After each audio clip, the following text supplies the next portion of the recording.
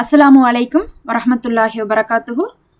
இப்போ ஒரு 2 நாளாக போயிட்டு இருக்கக்கூடிய பிரச்சனை எல்லாருக்கும் தெரியும். அப்துல் பாசித் புகாரி அவர்களை பார்த்தீங்கன்னா அவர்கள் பண மோசடி செஞ்சுட்டாங்க அப்படிங்கிற மாதிரி அவருக்கு நேராவே அவரை குற்றச்சாட்டுறாங்க. அதுக்கு பிறகு பார்த்தீங்கன்னா போலீசாரால அழைத்து செல்லப்பட்டு விசாரிச்சுட்டு அவங்களும் விடுவிச்சாங்க. அதுக்கு பிறகு அப்துல் பாசித் புகாரி அவர்களுடைய தரப்புல இருந்தும் ஒரு ஆடியோவும் பார்த்தீங்கன்னா வெளியாச்சு. அதை நம்ம ஆல்ரெடி நம்ம சேனல்லே போட்டிருப்போம். மொத்தத்தில் பார்க்கும்போது அந்த ஆடியோவில் அவர் சொல்றது என்னன்னா, ஒரு பிஸ்னஸ் செஞ்சு அந்த பிஸ்னஸ் லாஸ் ஆயிடுச்சு, அதனால கடன் ஆயிடுச்சு, அதுலேருந்து நாங்கள் மீண்டுவதற்காக முயற்சி பண்ணிட்டு இருக்கோம் அப்படின்னு அவர் சொல்றாரு. அதுக்கு பிறகு பார்த்தீங்கன்னா இன்னைக்கு பலரும் சொல்லக்கூடிய ஒரு சொல்யூஷன் என்னன்னா, அதாவது ஒரு பிரச்சனையில இருக்கிறீங்க, கடன் ஆயிடுச்சு, இல்லை பிஸ்னஸ்ல லாஸ் ஆயிடுச்சு, மற்றவங்க அதில் காசு போட்டிருக்கவங்களுக்கு பார்த்தா அந்த காசு இன்னும் போய் சேராமல் இருக்கு, ஆனால் அவங்களால கொடுக்க முடியாத நிலைமை இருக்கு. அப்போ நீங்கள் என்ன பண்ணலான்னா, பொதுவாக இந்த மாதிரி ஏதோ ஒரு இக்கட்டான சூழ்நிலையில மாட்டும் போது அதை நம்மளால கொடுக்கவே முடியலைங்கும் போது இப்படி நடந்திருக்குது, அந்த கடனை அடைக்கிறதுக்கு உதவுங்கன்னு சொல்லிட்டு பிறரிடத்துல அக்கௌண்ட் கொடுத்து அதுல காசு போட வச்சா சீக்கிரமா அந்த கடனை அடைச்சிடலாம் அப்படிங்கிறத இன்னைக்கு பலரும் ஒரு சொல்யூஷனா சொல்றாங்க. அதாவது சம்பந்தப்பட்ட நபர் கூட மற்றவங்கள்ட்ட வாங்கணும்னு விருப்பப்படலை, அவரே முயற்சி பண்ணி தான் அதை அடைக்கணுங்கிறதுக்காக முயற்சி பண்ணிட்டு இருக்காரு. அதுக்கு நடுவில் பார்த்தீங்கன்னா இந்த மாதிரியான சில பிரச்சனைகள்லாம் வந்துட்டு இருக்கு. ஆனால் அவர் மேலே அன்பு இருக்கக்கூடியவங்க எத்தனையோ பேர் பார்த்தீங்கன்னா அவருடைய பயானை பல வருஷமாக கேட்டுட்டு இருக்கோம். சொல்லப்போனால் யூடியூப்ல அவருடைய பயானை வியாபாரமாக அதாவது போட்டு ஏர்ன் பண்ணது அப்படிங்கிறது அவரு கிடையாது. அவரை விட மற்றவங்க எல்லாருமே தான் நிறைய யூடியூபர்ஸ் பார்த்தீங்கன்னா மற்றவங்களா அந்த வீடியோலாம் போட்டிருப்பாங்க, ஏர்ன் பண்ணியிருப்பாங்க. அதுல எல்லாம் அவர் எந்த ஒரு எதிர்பார்ப்பு வைக்கல, எல்லாத்துக்கு மேலே அவர் வீடியோலேயே சொல்லியிருப்பார். இதுக்கு முன்னாடியே பார்த்திருக்கோம். அதாவது நான் இதை அல்லாஹ்வுக்காக தான் செய்றேன், இதுல இருந்து நான் காசை எதிர்பார்க்கலைன்னு தான் அவர் சொன்னாரு. அந்த மாதிரி தீன் விஷயத்தை கூட அவர் பாத்தீங்கன்னா அல்லாஹ்வுக்காக தான் செஞ்சிருந்தாரு, காசை கூட எதிர்பார்க்கல.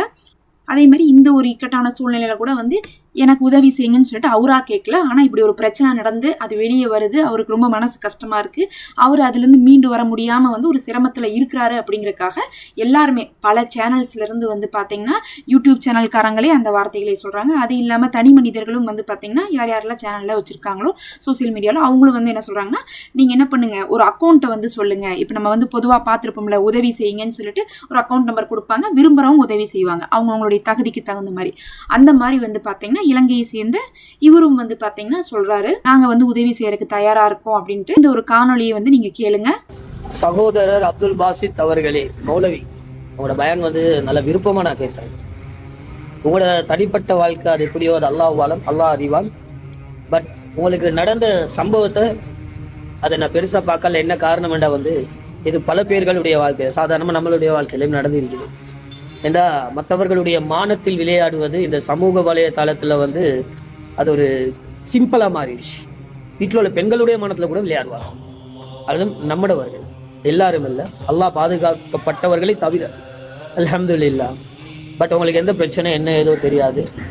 இலங்கையிலிருந்து உங்களுடைய பயான சில வேலைகள்ல கேட்டு மார்க்கப்பட்டுள்ளவர்களாக மாறியவர்களில் சிலர்களில் நானும் ஒருவன். அந்த அளவுக்கு இல்லாட்டி ஒரு அளவுக்கு உங்களுடைய பிரச்சனைக்கு எங்களால என்ன உதவி செய்ய முடியுமோ, இணையாக நான் ஹலாலாக சம்பாதித்த காசிலிருந்து உங்களுக்கு எந்த உதவி பண்ண இயலுமோ, இலங்கை முஸ்லிம்களாக உங்களுக்கு கை கொடுக்க நாங்கள் தயாரா இருக்கிறோம்.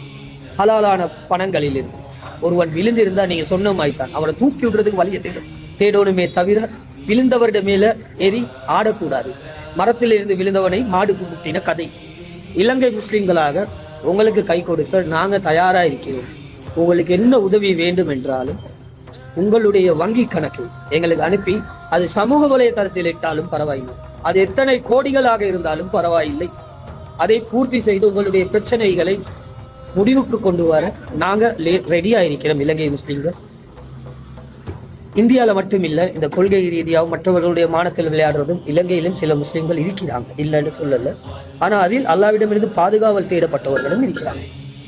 அதனால அல்ஹம்துலில்லாஹ், எப்படி அல்லாஹ் தாலா உங்களை அந்த இடத்துல வச்சான ஒரு சூழ்நிலை கைதியா, அதே போல அதே அல்லாஹ் தாலா உங்களை அவர்களிடம் முன்னாடி கண்ணியமாக வாழ வைப்பான் என்று ஒரு நம்பிக்கை இருக்குது. அந்த எங்களுடைய துவாக்கள் எப்பயும் உங்களுக்கு இருக்குது. நாங்க எப்பயுமே யாரா இருக்கட்டும், எங்களை பொறுத்த வரைக்கும் தாடி வச்சு தொப்பி போட்டு அல்லாஹ்வை பத்தி பேசினா நாங்க அது யாராக இருந்தாலும் அவரு கண்ணியம் கொடுக்கக்கூடிய கூட்டம். அவர் எந்த கொள்கையை சேர்ந்தவன் நாங்க பார்க்க மாட்டோம், எங்களுக்கு அந்த கொள்கை தேவையே இல்லை.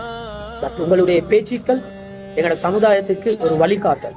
அந்த ஒரு காரணத்துக்காக வேண்டி உங்களுக்கு உதவி செய்ய நாங்க தயாராக இருக்கிறோம். என்றத நெஞ்ச நிமித்தி தைரியமாக இலங்கை முஸ்லீம் ஆகிய நான் இந்த பதிவை போட்டுக் கொள்கிறேன்.